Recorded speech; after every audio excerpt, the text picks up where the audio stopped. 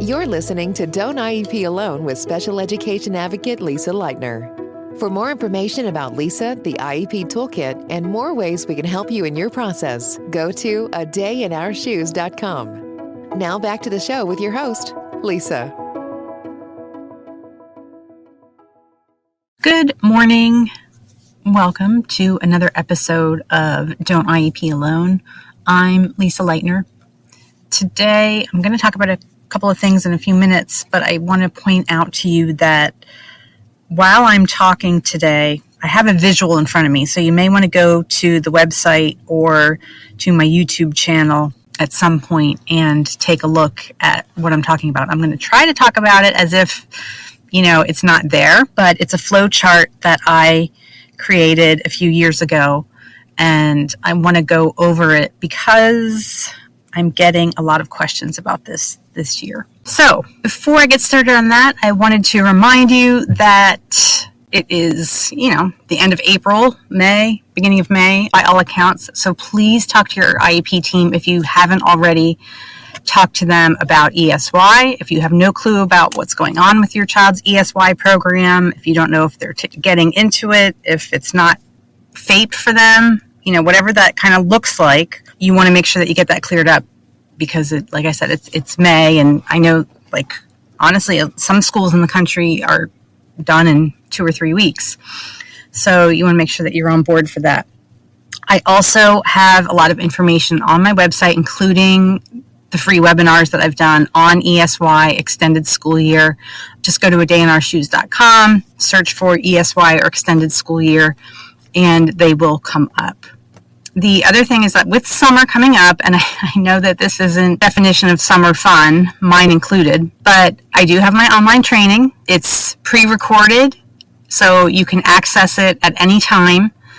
And I encourage you to go to adayinourshoes.org and look at the options available because, you may want to do that this summer. The core content as far as my advocacy strategy and really understanding IEPs, and I could read testimonial after testimonial to you, that can be done in about a weekend. Now, again, if it's sunny and 80 degrees out and you have your toes in the sand, I don't necessarily think that talking about IEPs is what you want to do, but it can be done in a weekend, and you just never know. If you live in a part of the country where you do get stuck inside because of the extreme heat, or if we end up stuck inside for a week because it's raining, bad weather, you may just be like, hey, you know what, I think I'm going to knock out that training. And you don't have to do the whole thing. The whole thing is $297. You don't have to do that. You can do, there's a if you're just worried about transition, there is a 6-part transition workshop series, and that's fantastic. And there are guest speakers in that. If transition is your concern, then you definitely want to take a look at that. That one's only $49, and you can do that at your own pace. Each one is a half hour to 45 minutes. So you're talking about 6 hours of your time over a whole summer, and you could really, really be ready for getting your child a solid transition plan next year, or editing or upgrading the one that you have. So anyway, take a look at that. Again, it's adayinourshoes.org. So today I'm talking about the IEP process, and there really is a well-defined process within IDEA of how things are expected to progress.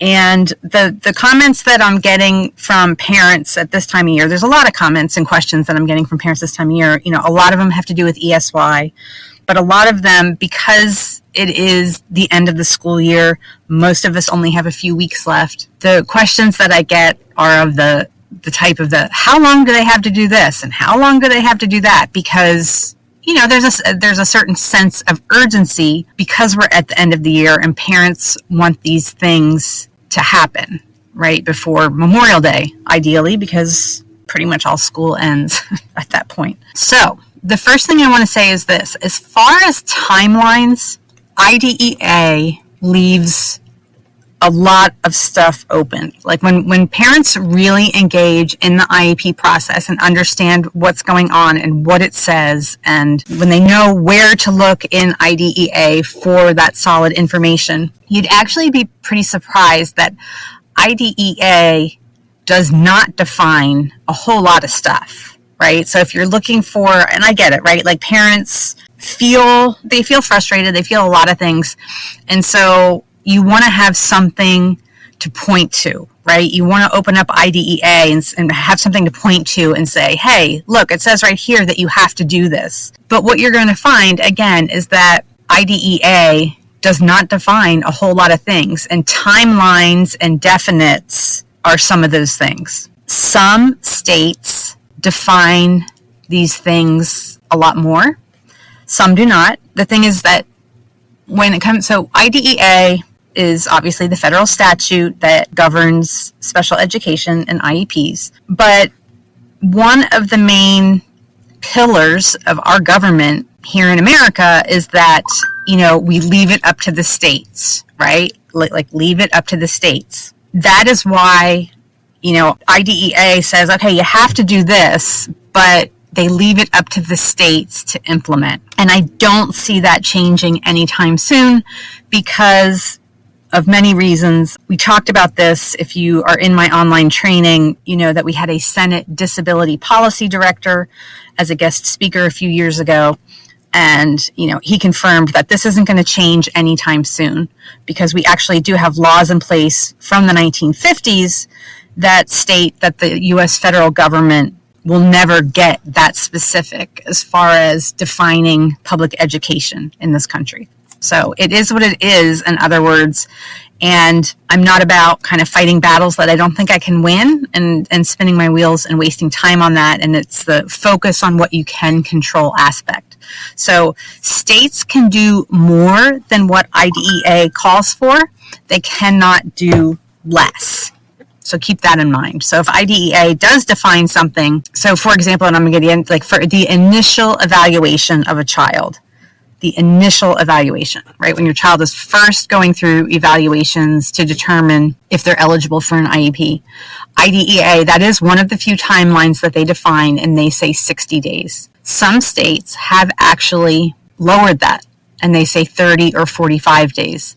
Now, so evaluating a child within 30 to 45 days is more in favor for the child than 60. Right? So they can do that. What they can't do is a state can't say, no, we're going to give people 90 days, or we're going to give the schools 180 days, right? Like they can't do that. They can do more than what IDEA calls for, but they cannot do less. So if you are looking for specific timelines, I would encourage you to go to your state Department of Education website and poke around on there. Every state also has a parent training center. That information should readily be available on there. The other thing is this. And this is my personal philosophy and strategy for advocating after doing this for almost 15 years, is that I find when parents don't know what to focus on, right, when they're kind of overwhelmed, just kind of out there scrambling and they're frustrated and they want results and they know their child is struggling, but they can't figure out why or what.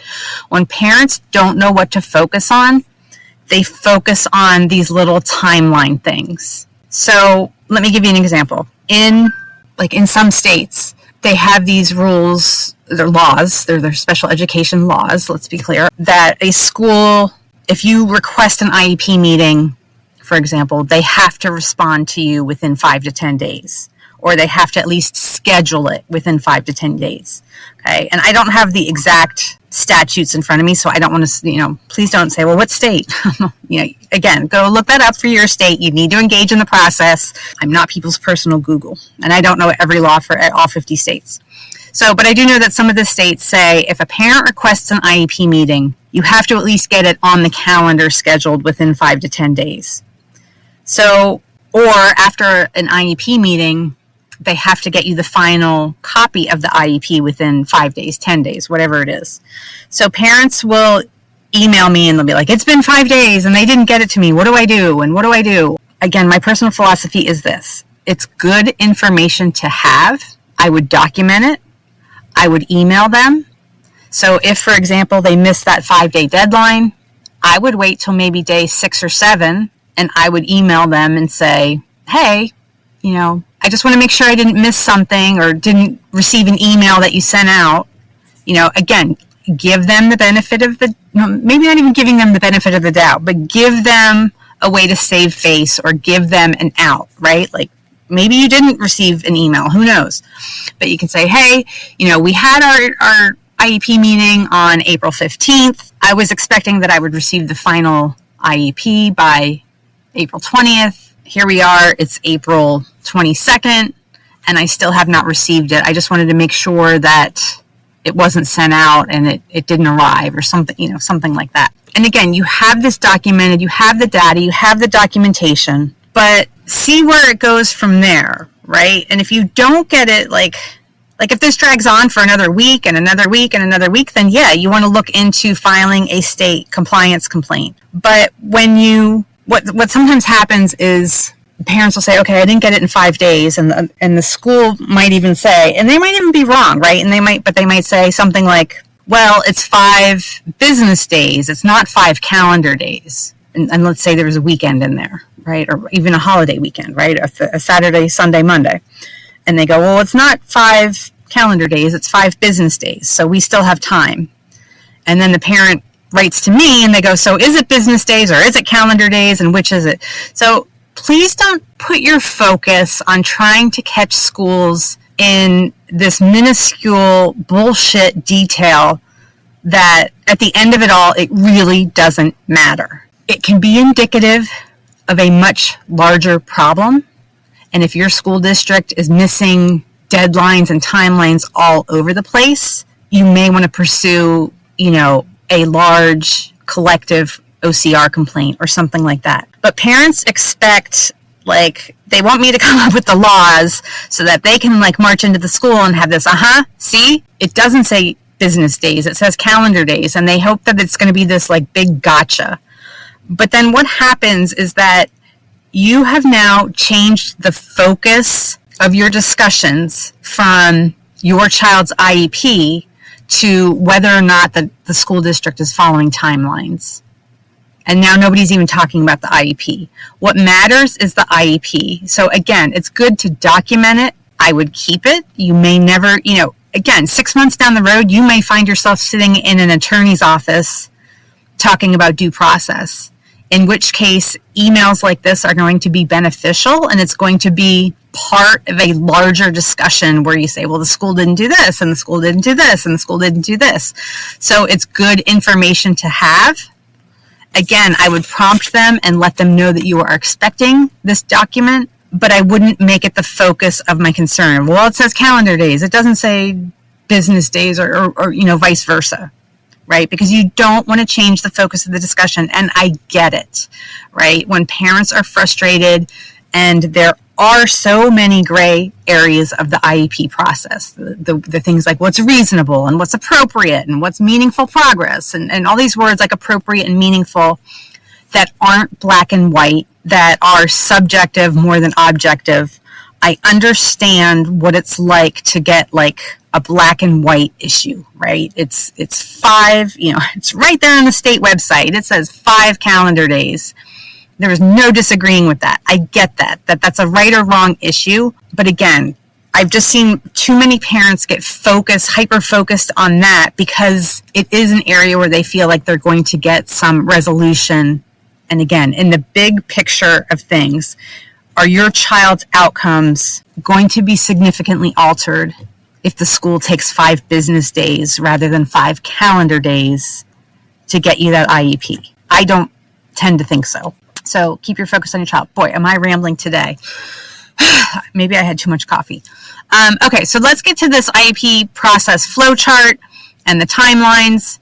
And as you can see, I tried to make it color-coded for those of you who are just listening and not watching. It is pink and blue and pretty, but it takes you through what to expect and what to do if your child is struggling and what the process is. So, does your child already, if your child is struggling, do they already have an IEP? Yes or no? and you take it from there as far as written requests for IEP evaluations. And then you have so you did the written request for IEP evaluations, and did the school say yes or no?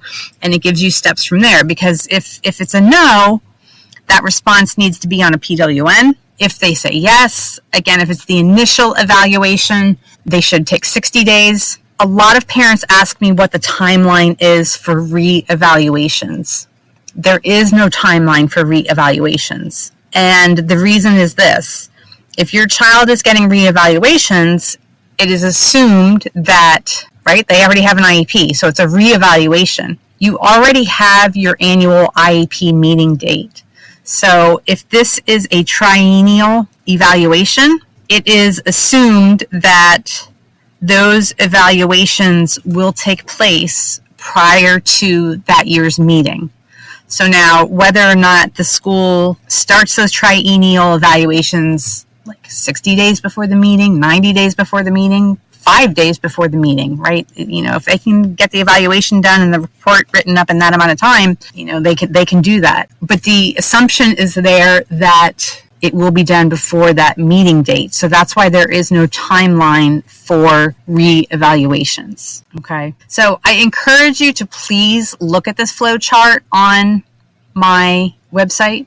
I think if you just search on my website, adayinourshoes.com for IEP timelines or IEP process flowchart timeline, something like that, it's on there and it will explain it to you.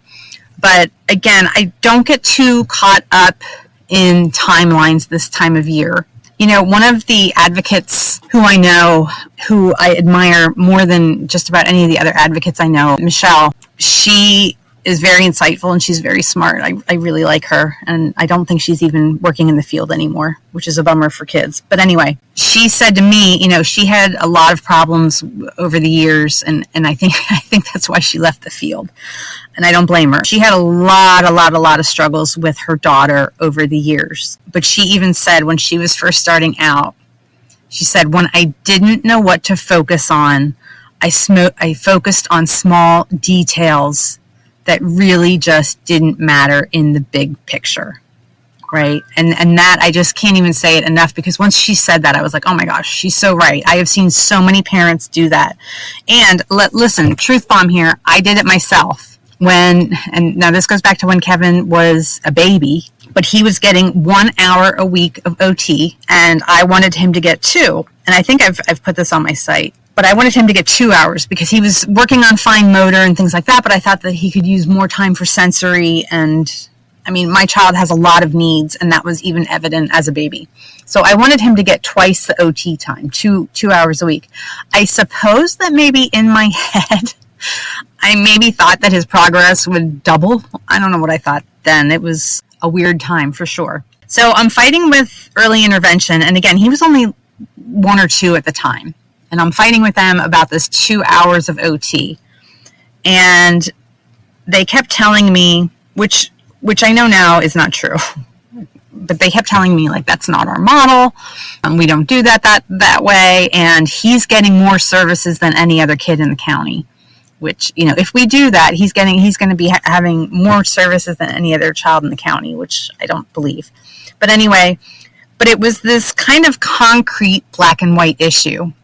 I wanted 1 hour. I had 1 hour a week of OT. I wanted 2, right? That was really tangible. That was a tangible item for me. Either I'm going to get those 2 hours, or I'm not going to get, I'm going to get 1. And I did get it. And not surprisingly, yes, he made progress, but I don't think his progress doubled. But looking back, it was like I didn't know what else to focus on. I knew that he could be making more progress. I knew that what he was getting was not sufficient, but I didn't know what I didn't know, and I didn't know what else to do. So again, I had this tangible item of 1 hour versus 2 hours, and that was very measurable.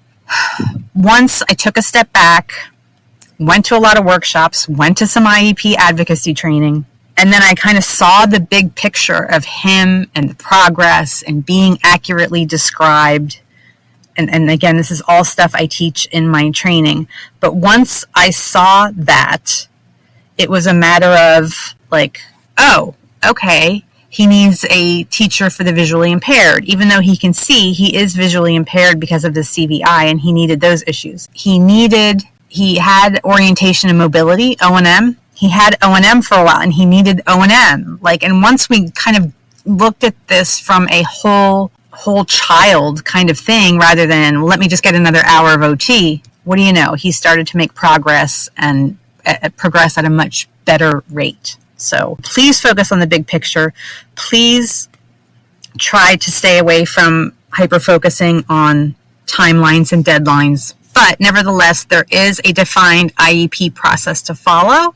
So look for that flowchart on my site, take a look, and then you will know what to expect. And look at your state website. Always look at your state website. You should know where to find things on there when you need them. So enjoy the rest of your day, and I will talk to you guys next week.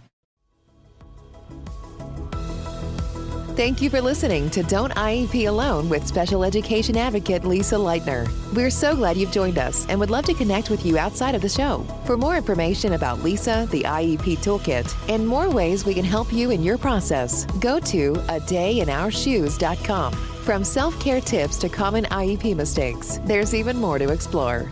Don't forget to rate and review the podcast and subscribe to never miss an episode. Until next time, don't IEP alone, and you don't have to.